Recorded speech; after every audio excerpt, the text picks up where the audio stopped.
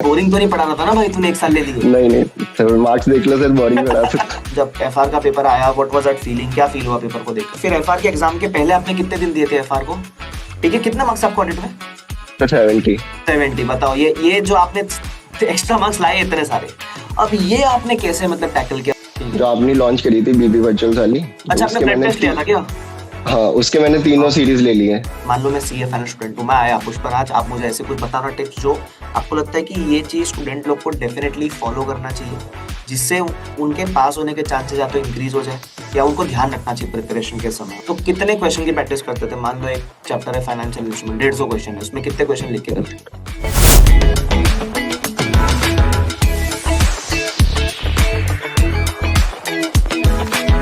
So welcome everyone to this amazing session। और आज हमारे साथ है सीए फाइनल के रॉक स्टार पुष्पराज रावत।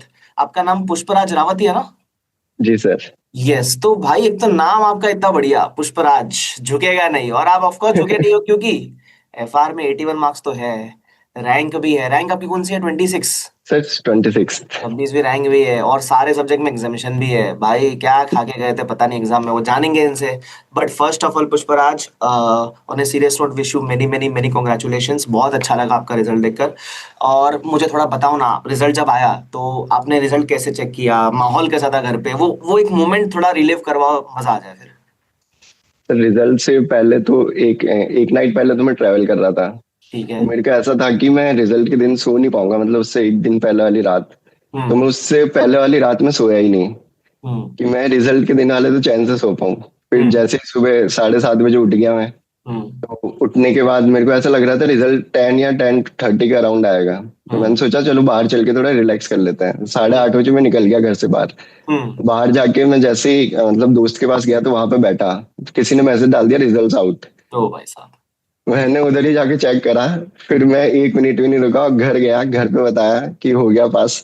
ओ भाई। फिर वही घर वाले तो मतलब पापा ने तो पूरे गले लगा ही लिया। 5 मिनट तक तो हक कर ही ली मम्मी हाय पापा हाय। ने। वही सर, फिर तो स्टार्ट हो गया। You were expecting a rank? Sir mock दिए तो थे, लग तो रहा था, लेकिन वही कि बस Surety एंड वाले एक दिन पहले तो यही था कि बस पास हो जाऊं, कुछ पास नहीं हो। चाहिए। नहीं, नाम आपकी के इंटर आगे वगैरह सीए में कोई लग रैंक गया थी? ऐसे। इंटर ऐसे नहीं कुछ? सर। इंटर में ना रैंक ना। नहीं थी, बट यू क्लियर्ड इन नहीं। फर्स्ट अटेम्प्ट ऑल लेवल्स के अटेम्प्ट लगे थे आपको? जी सर, एक मतलब हो ही गया था, फर्स्ट लेवल में हो गया था। सारे लेवल्स, इंटर, फाउंडेशन? हाँ हाँ। वेरी गुड यार, वेरी गुड। बहुत बढ़िया, मजा आ गया। अब मुझे थोड़ा आपके ना, मुझे ये इंटरव्यू से मेन ये हेल्प चाहिए कि मान लो अगर मैं सीए का स्टूडेंट हूँ, सीए फाइनल स्टूडेंट हूँ, एंड आई वांट टू जी सर। प्रिपेयर, ठीक है, स्पेसिफिकली एफआर को लेकर या ऑल सब्जेक्ट्स को लेकर, तो मुझे ये इंटरव्यू से ये हेल्प होनी चाहिए कि यार मुझे मालूम पड़े कि पुष्पराज ने इस तरीके से प्रिपेयर किया था, उसकी रैंक आई है, तो अगर मैं भी ऐसे हम्म। रेप्लिकेट करने का ट्राई करूँ, इतने एफिशिएंटली पढूं, तो मेरी भी आ सकती है। तो पहले मुझे थोड़ा एफआर के बारे में बताओ, आपने कब एफआर की क्लासेस ली थी, कितने समय क्लासेस आपकी चली, और फिर रिवीजन वगैरह कैसे किया? मुझे उसका थोड़ा रन थ्रू दे दो ना प्लीज। सर एफआर की क्लासेस मैंने आपकी मतलब पहली आपकी स्टार्ट करी थी एफआर की 2022 में कर दी थी। मेरा आर्टिकलशिप ओके, का जो फर्स्ट ईयर था ज्वाइन करते ही, ठीक है। तो उसको मेरे को 1 साल लग गया टाइम दे दे के क्यों, कर मतलब करके। ऐसा ब्रेक ले लेकर? सर ऑडिट टाइम नहीं भाई देते ना साहब, पढ़ने का, हूँ मैं कहता। बोरिंग तो नहीं पढ़ा रहा था ना भाई तूने 1 साल ले लिए? नहीं नहीं सर, मार्क्स देख लो सर, बोरिंग पढ़ा सकता। नहीं नहीं, फिर ठीक है, 1 साल आपको क्लासेस करने में लग जाए, मतलब 2022 से 2023 तक आपका 1 साल मैंने सिर्फ एफआर कराया है, फिर उसके ठीक है। बाद मैंने एएफएम करा था। हम्म। फिर उसके बाद कुछ ज्यादा ही बिजी हो गया, फिर मैं सीनियर बन गया, हाँ सीनियर आर्टिकल फर्म में, तो वर्क हाँ प्रेशर भी उतना बढ़ गया। फिर एग्जाम लीव तक मैंने कोई भी क्लासेस नहीं करी थी। हाँ। टिल एग्जाम बाकी लीव सिर्फ। आपका सिर्फ एफआर एएफएम हुआ था? जी सर। और एग्जाम लीव पे कब गए आप? एग्जाम लीव पे सर मैं अक्टूबर में गया था, मतलब प्रॉपर 6 मंथ्स की लीव थी। 6 मंथ्स की लीव मिली, फिर आपने कैसे किया भाई? ये तो इंटरेस्टिंग हो गया, आप बताओ आगे। प्रॉपर 6 मंथ्स की लीव में सर फिर मेरे को पता ही था करना तो है ही। तो हाँ। मैंने अपना दिन मतलब 12 घंटे में बांट लिया, 4-4 घंटे के स्लॉट्स दे दिए। फिर मैंने चला ही, सुबह में पढ़ता था आईडीटी, हाँ। दिन में ऑडिट और शाम को डीटी। ओ भाई साहब। ये क्लासेस मेरी जैन एंड तक खत्म हो गई। डीटी मेरी फैब मिड मिड फैब तक चली थी। भाई मतलब तुमने, अगर और इस समय तक आपने एफआर एएफएम टच भी नहीं किया होगा फिर? सर एक बार करा था मैंने, मतलब क्विक ओवरव्यू ले लिया था मैं, जैसे एग्जाम लीव पे गया था 10 दिन ओके। में मैंने एफआर और एएफएम मतलब जो नोट्स बनाए थे मैंने क्लासेस में, हाँ, उसी से मैंने मतलब गो थ्रू कर लिया था कि है क्या क्या, याद कुछ आया नहीं लेकिन देख तो लिया था मन क्या की है। तसल्ली के लिए देख तो लिया है। मन की तसल्ली, जब मैं फिर क्लासेस ले रहा था तो मेरे को इतना तो था कि एक बार चलो देखा तो है, हाँ, बिल्कुल ब्लैंक नहीं है। तो फिर आपने नवंबर, दिसंबर, जैन और फेब मिड तक आपकी क्लासेस चल रही थी और आपने एफ आर हाँ एफ एम हल्का फुल्का रिवाइज कर लिया था। देन हाँ लास्ट 2.5 मंथ्स में how did you plan your studies? क्योंकि मेरे को लगता है इसमें एक फायदा आपको ये भी था कि फ्रेश पड़ा हुआ है अभी जो हाँ सब्जेक्ट, हाँ वही। उसका तो एक फायदा आपको मिला होगा, बट बाकी 2.5 महीने में आपने फिर कैसे किया? सर मैंने इन 3 सब्जेक्ट का तो मैंने सोच ही लिया था कि इनका प्रॉपर रिवीजन करते हुए चलना है, मतलब क्यूमुलेटिव रिवीजन, टेस्ट वगैरह जो भी हो रहा है देके चलना है, क्योंकि मेरे पास ज्यादा टाइम बचेगा नहीं। करेक्ट। क्योंकि इसके क्लासेस के बाद तो इसलिए इसलिए मैं जो करता था इनके साथ ही डेली रिवाइज करता था क्यूमुलेटिव। और करेक्ट। कभी बीच में ब्रेक आ जाए तो मतलब 1-2 दिन का लेना पड़ता था, क्लासेस ज्यादा रेगुलरली देख नहीं सकते, तो उसमें मैं क्यूमुलेटिव कर लेता था। करेक्ट। फिर क्लासेस मेरी एंड हुई तो मेरे पास एएफएम मेरा जीरो बिल्कुल। ठीक है। मेरे को कुछ आता, मैं भूल गया था एएफएम में, तो एफआर तो चलो फिर भी ठीक है, यूज आती रहती है। हाँ। एएफएम और एफआर को फिर मैंने 1 महीना दिया प्रॉपर, दोनों सब्जेक्ट को। तो कौन सा वो महीना था? ये फैब हो गया सर। फेब मिड से? डीटी बचा था फैब में मेरा बस, अच्छा। क्योंकि जैन में बाकी मेरी सारी क्लासेस हो गई थी। हाँ, हाँ, हाँ। डीटी बचा हुआ था। डीटी में एक एक क्लास देख लेता था, बाकी मेरे वही 3 घंटे के 4-4 घंटे के 3 स्लॉट से, तो उसी में मैंने ये एफ आर करना एफ एम स्टार्ट कर दिया। कंप्लीट। हाँ। ओके। ये मेरी हो गई सर फैब में, फैब के एंड तक मेरी हो गई थी ये क्लासेस भी। ठीक है, तो अब आपने मतलब अगर फर्स्ट रिवीजन हो गया। फेब में आपको 1 महीने लगे और रिकॉल नहीं हो रहा था, सो ऐसा हाँ क्या आपने क्या किस तरीके से उसको रिवाइज किया कि आपको रिकॉल होना शुरू हो गया फिर? सर, रिकॉल में तो आप भी बोलते हो कि एक दिन याद रखना है बस, बस, सारे टाइम तो हाँ। याद रखना है नहीं। तो वही पढ़ के मैं रिवीजन वीडियोस देख देख के, तो मैंने फैब एंड में चलो क्लासेस खत्म हो गई। हम्म। फिर थोड़ा बोरिंग सा होने लग गया टेस्ट वगैरह, मतलब पढ़ पढ़ के बोर हो गया कि अब क्यों ही पढ़ रहा हूँ, इतना सारा मन नहीं कर रहा। तो फैब से फिर मैंने मार्च में टेस्ट सीरीज ली, ठीक जो है। आपने लॉन्च करी थी बीबी वर्चुअल्स वाली। तो अच्छा, आपने ब्लड टेस्ट लिया था क्या? हाँ उसके मैंने तीनों हाँ। सीरीज ले लिए। ठीक है। तो फिर मैंने उस हिसाब से अपने डेज एलोकेट कर करके एक एक टेस्ट लिखता गया, और जो ये 3 सब्जेक्ट मैंने पढ़े थे इसको मैं हाँ। मैक्स 5 दिन देता था, 5-6 दिन फर्स्ट रिव्यू, मतलब जो रिवाइज क्लासेस के बाद रिवीजन में। और एफआर को मैंने 15 दिन तो दे ही चुके थे, फिर मैं 5-5 दिन करके इनको भी रिड्यूस करता गया। ठीक है। तो ऐसे करके मेरे हो ही गए, मतलब तीनों टेस्ट सीरीज भी मैंने लिखी ली। हाँ। मार्च और मई में तीनों हाँ। टेस्ट सीरीज लिख ली, ऐसे डेज प्लान करे, और बस फिर तो एग्जाम। अच्छा, तो मतलब बेसिकली आपने फेब एंड तक अपने सब सब्जेक्ट के classes revision, F R F M दोबारा कर लिया। मार्च में हाँ थ्रू टेस्ट सीरीज आपने अपने रिवीजन सारे प्लान कर लिए। हाँ। और फिर आपने कितने बार रिवाइज किया, मतलब टेस्ट सीरीज के साथ 3 बार? टेस्ट सीरीज के साथ 3 बार हो गया। कि आपके 3 टेस्ट है तो आपने अकॉर्डिंगली रिवाइज किया ही होगा उस हिसाब हाँ हाँ बिल्कुल। से। ओ, और क्योंकि आपने अभी फ्रेश पढ़ा था तो लास्ट 2 महीने में जल्दी जल्दी रिवीजन हुआ होगा आपका फिर। हाँ उनको मैंने मतलब उनको वेटेज ही कम दिया था, उनको डेज वाइज। तो हाँ। इस तरह से मैंने फिर वही थोड़ा स्ट्रेटेजी अपनी बनाई उस हिसाब से। बहुत बढ़िया। और मुझे ये बताओ, अभी जब फिर एफ आर के एग्जाम के पहले आपने कितने दिन दिए थे एफ आर को? फिर एफआर को मैंने 5 दिन दिए थे। ठीक है। जो मेरे से गलती हो गई थी, 3 दिन में खत्म हो गई थी, स्टार्टिंग के 3 डेज में ही। फिर आपने, अच्छा, 3 दिन में हो गया? इतना जल्दी कैसे हो गया फिर? सर हो ही रखा था ना सब। इतना हाँ, तीन सब बार इतना। 4 बार तो पढ़ ही लिया। करेक्ट। टेस्ट वगैरह लिखते जा रहा था मैं साथ में, और और आपने वो, मैंने जा नहीं नहीं, कंटिन्यू करो प्लीज। हाँ, हाँ। मैंने सारे क्वेश्चंस करे नहीं थे। आपकी जो एलडीआर लिस्ट आई थी, मैंने हाँ। फर्स्ट रिवीजन में एक बार ओवरव्यू करा था सारे क्वेश्चंस का, उसके बाद मैंने अपने तीनों रिवीजन में सिर्फ एलडीआर लिस्ट करी है। परफेक्ट। उसके अलावा मैंने एक भी क्वेश्चन नहीं देखा, तो जरूरत भी फालतू नहीं के पड़ती। दिमाग लगाना है। हाँ, फर्क नहीं पड़ता क्योंकि वो कवर कर लेता है ना, सारे कंसेप्ट वो कवर कर हाँ लेता वही, है। वही सारे उससे कवर हो ही रहते कहीं ना कहीं। हाँ, फिर और फिर आपने वो 2 दिन जो एक्स्ट्रा बचे थे उसमें क्या किया फिर आपने? उसमें सर मैंने आरटीपी एमटीपी पुरानी निकाल निकाल के, एक बार मैंने जो बड़े बड़े इंडेक्स है उनको वापस ले गया, मतलब सॉल्व कर लिया। ठीक है। बड़े बड़े वेटेज मेरा 60-70 नंबर मैंने और वापस रिवाइज कर लिया 2 दिन में। ठीक है। और आपने कितने फ्रीक्वेंटली रिवीजन वीडियोस यूज किए? मतलब मान लो आपने हर सब्जेक्ट के 3 से 4 रिवीजन किया था, मैं समझ पा रहा हूँ। हम्म। तो आपने इनमें से कितने बार रिवीजन वीडियोस को रेफर किया? Only during the first revision या फिर हर रिवीजन में जहां दिक्कत आ रही थी वहां देख रहे थे आप फिर? तो क्योंकि मैंने एफआर इतना लेट करा था, अब मेरे हाँ। पास 3 महीने बचे थे, तो इतना रिकॉल नहीं हो पा रहा था, तो मैंने फर्स्ट डिवीजन में रिवीजन वीडियोस देखी थी, सेकंड में आपकी देखी है, थर्ड से मैंने करा कि वीडियोस के सारे तो हो नहीं पाएगा। करेक्ट। तो मैं खुद से ट्राई करने लग गया, और जिस जिस क्वेश्चन में मेरे को डाउट आता था वो मैं रेफर कर लेता था। टाइम स्टैम्प तो डाल ही रखे लोगों ने। हाँ, देवता लोग वो होते मेरे हैं को कमेंट फायदा सेक्शन में टाइम स्टैम्प देवता वाले। लोग होते हैं। हाँ, हाँ, करेक्ट, करेक्ट, करेक्ट। तो बेसिकली आपने during first and second revision use किए, उसके बाद आपने सेल्फ स्टडी पे ज्यादा सेल्फ। फोकस किया। That is a very good thing you did, क्योंकि होता क्या, बच्चे ना लास्ट तक वीडियोस देख रहे होते हैं, तो जब तक जी तुम सर। वीडियो देखोगे तो तुमको कैसे आएगा करने को। So great job. अच्छा, उसके बाद आपका मुझे बता, पेपर कैसा गया फिर, मतलब जब एफआर का पेपर आया, व्हाट वाज दैट फीलिंग, क्या फील हुआ पेपर को देखकर? Sir lengthy. लेंदी। बट आपने जब घर पे टेस्ट दिए थे 3, तो आपको एक चीज तो रियलाइज हो गई रहेगी कि मैंने भी जब पेपर बनाए थे, वो आपने जो बीबी बच्चों के टेस्ट सीरीज लिया उसमें मैंने लेंदी पेपर ही बनाए थे। मेरे सेकंड टेस्ट सीरीज तो बहुत लेंदी थी मेरी। तो उसमें फिर आपने हाँ पेपर देख के आपको कैसा लगा, मतलब आपका 3 घंटे में कंप्लीट हुआ फिर कि छूटा थोड़ा थोड़ा? सर, 3 सीरीज मैंने देने के बाद मेरे को मतलब ऐसे नॉर्मल फीलिंग आ रही थी कि अब एक और टेस्ट लिखना है बस। उसके लिए मेरे को मतलब ऐसे एंग्जाइटी वगैरह तो बिल्कुल ही कम हो गई थी। जो फर्स्ट टेस्ट सीरीज में हुई थी, मेरे को फर्स्ट टेस्ट सीरीज में उससे ज्यादा एंग्जाइटी हो गई थी। अच्छा।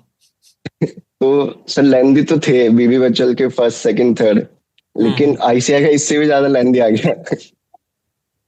तो फिर आपने तो मैनेज फर्स्ट कैसे किया, पहला कौन सा क्वेश्चन किया और तीन मैंने घंटे कैसे सर मैनेज किया उस समय?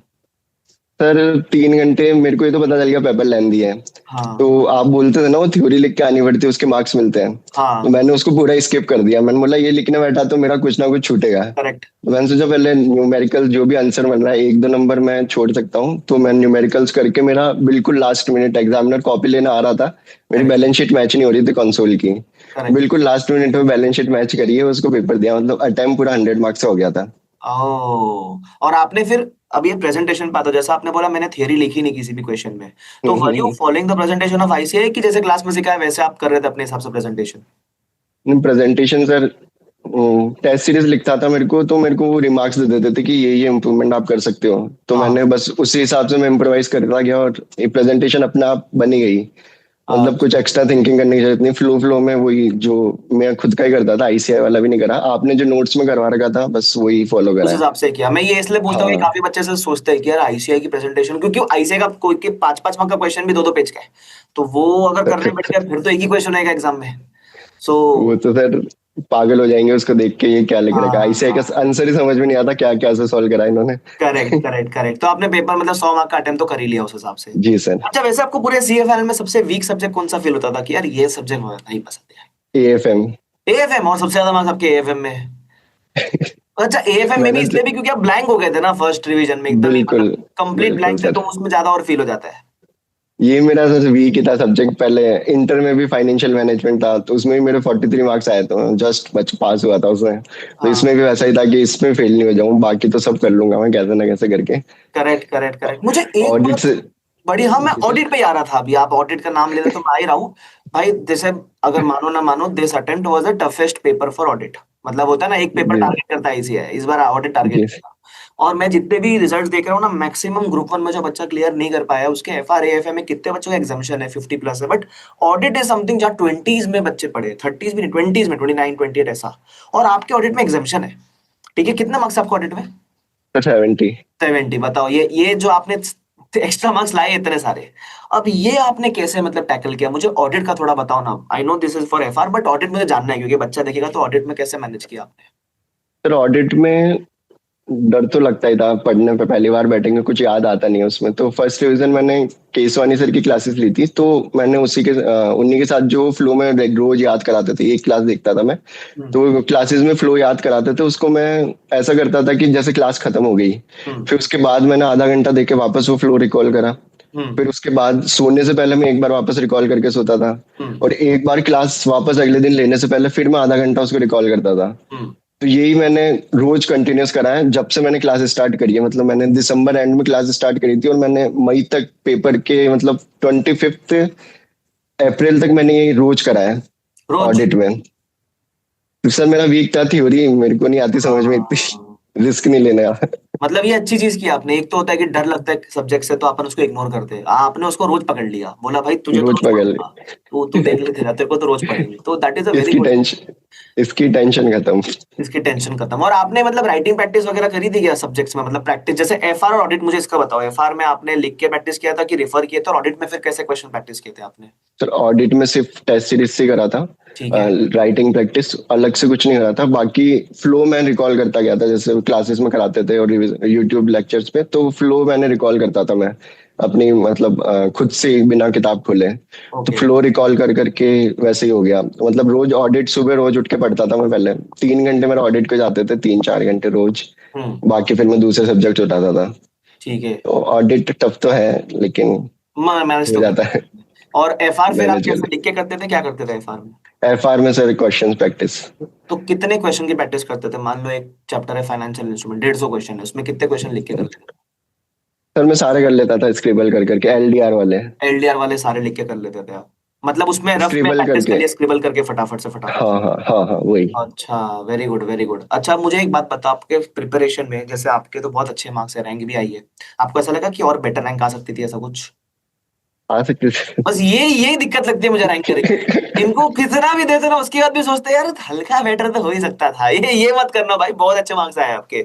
अब मुझे बता, आपके सीए फाइनल की जर्नी में आपको क्या लगता है कि ऐसी एक मिस्टेक जो आपको लगता है आपने की, लेकिन अगर कोई ये सुन रहा है तो आपको वो मिस्टेक नहीं करनी चाहिए, what you feel can be that one mistake?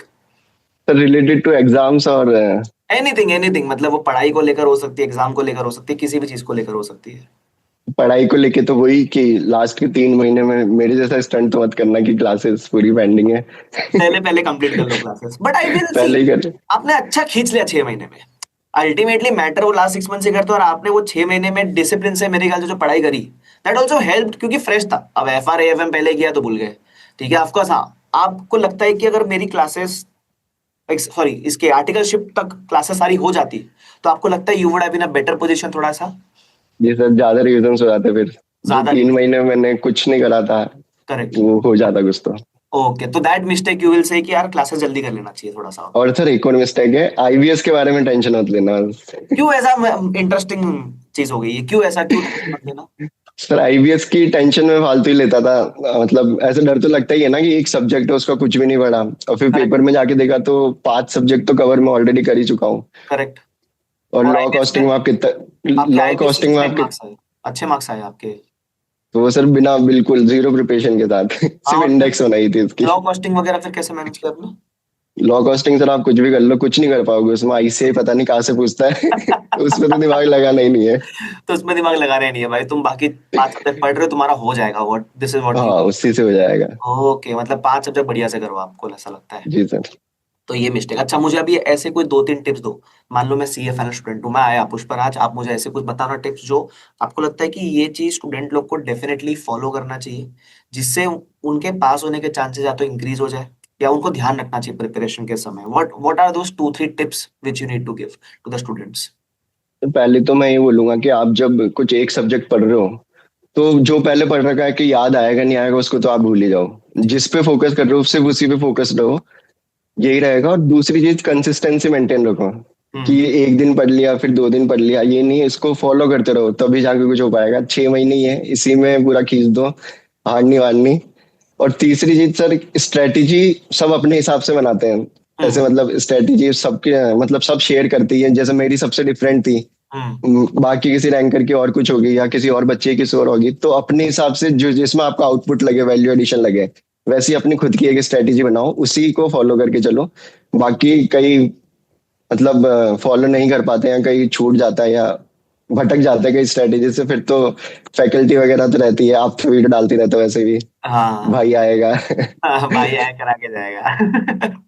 नहीं, आपने एक चीज वही बहुत सर। बढ़िया बोली कि है ना, मतलब जब आप ऐसे कंसिस्टेंटली चीजें करते हो ना, तो वो चीजें हो जाती है।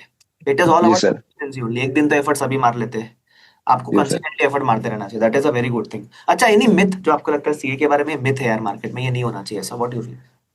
सर टफ वाला, कि टफ नहीं है? मेरे को ऐसा लगता है कि आप पढ़ के जाओगे, मतलब प्रॉपर अपनी मेहनत करके जाओगे, फिर तो आईसीआई नहीं कर सकता आपको फेल। हाँ, इट इज बस इट इज सिलेबस हेल्दी। बड़ा है। लेकिन सिलेबस हाँ, बड़ा है, सिलेबस सिलेबस बड़ा बड़ा है। है, it is not tough. Beach correct. इसलिए सर मैंने कंसिस्टेंसी बोला कि बीच में हार नहीं माननी कि हो ही नहीं रहा, हो ही नहीं रहा। Correct correct. तो वो टफ नहीं है, लेंदी है, लेकिन आप करोगे तो लेंदी हो है, जाएगा। बिल्कुल। राइट। और कंसिस्टेंसी के साथ। आपने टेस्ट सीरीज वगैरह दी थी, what is the importance of test series? आपको क्या लगता है, मतलब वो देना सही था, या ऐसा लगता है कि टेस्ट सीरीज नहीं दोगे तो भी एग्जाम में आप बेटर परफॉर्म कर सकते हो, व्हाट यू फील? नहीं सर, टेस्ट सीरीज दी थी पहली मैंने, जैसे फर्स्ट लेके मैं बोल रहा था ना, मैं स्क्रिबल करके रिवीजन करता था सबके। तो मेरे मन में एक और डर आ गया कि एग्जाम में प्रेजेंटेशन कैसी होगी, हम्म। इसमें नंबर मिलेंगे नहीं मिलेंगे। आंसर तो मेरा निकल रहा है, लेकिन नंबर मिलेंगे नहीं मिलेंगे वो मेरे में डर आ गया। फिर मैंने टेस्ट सीरीज लिखी तो उसमें अच्छे मार्क्स आए। तो जब प्रेजेंटेशन तो ये ठीक है, फिर उन्होंने कुछ पॉइंटर्स दिए, तो उससे मेरे अगली टेस्ट सीरीज में 5-10 नंबर मतलब ऐसे इंप्रूव होते गए हर सब्जेक्ट में। कैसे मार्क्स आ रहे थे आपके टेस्ट सीरीज 1 में? एफआर में कितने आते टेस्ट सीरीज 1 में आपको? सर एफआर में 1 में 86 थे। 86, 2 में? 86। अरे वाह, 3 में? 3 में 69। थर्ड वाली डिफिकल्ट थी ना। और फिर आपके एग्जाम में उससे बेटर मार्क्स है ऑफ कोर्स। जी सर। Right, right. नहीं, नहीं, you have done a great job Pushpraj, और thank you so much for the valuable inputs. I hope आप अभी वहां से कहाँ जॉब करने का सोच रहे हो? जॉब, प्रैक्टिस, क्या प्लान है अभी वैसे फ्यूचर में? अभी रिवील नहीं कर सकता। अच्छा, अभी रिवील, ओह, अभी रिवील नहीं कर सकते। वेरी गुड, चलो। तो ये पुष्पराज ने हमको एकदम सस्पेंस में छोड़ दिया, इसी के साथ हम इंटरव्यू करेंगे and. Thank you so much Pushparaj for your valuable time. It was lovely interacting with you, and wish you all the best for your future as well. कभी मिलना हुआ तो जरूर मिलेंगे, ठीक है? Thank you so much sir. Yes, thank you Pushpraj.